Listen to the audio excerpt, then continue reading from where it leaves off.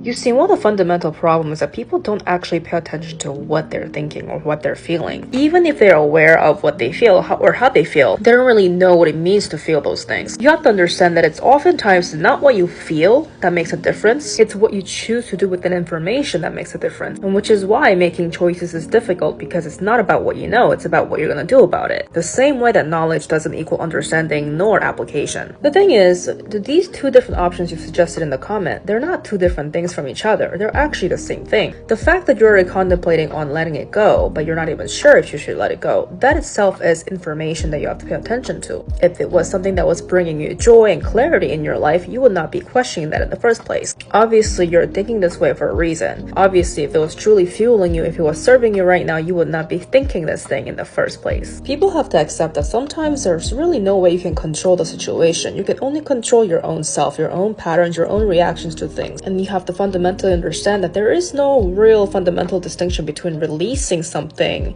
versus influencing something. Now, influencing and controlling are two different things, meaning you don't have to control something to influence it, meaning that you can make a choice that's best for you on your own accord, and that itself can create a change, or that can influence something else. It's like a butterfly effect, a ripple effect. So when there is a fundamental error in questions like this, where you're asking questions, you're giving yourself the options to choose, but those two options are not really different from each other. This is where you get trapped in your own thoughts. This is why it never really goes anywhere. And it's not really the fault of you not being able to make a decision because the choices are too hard.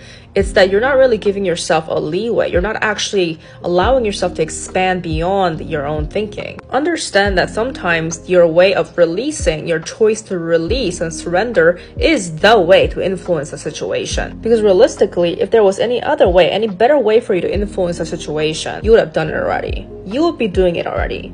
But you're not right now. You're still somehow thinking that it has to do with the lack of decisions, your lack of willpower over the decisions that you have to make. But here you reveal that you're not really even looking at it right. Understand this very clearly. Try to understand it with your heart. Letting it go is your way of influencing it. That is your way of stepping up to your power. But in general, trying to gain control over situations is usually not a good way to deal with something, because the desire to control comes from the ego, and the ego is not the place to be if you're aiming for situations and possibilities that are going to open up more doors for you. That is the whole point of trusting the process. It's for you to let go of control.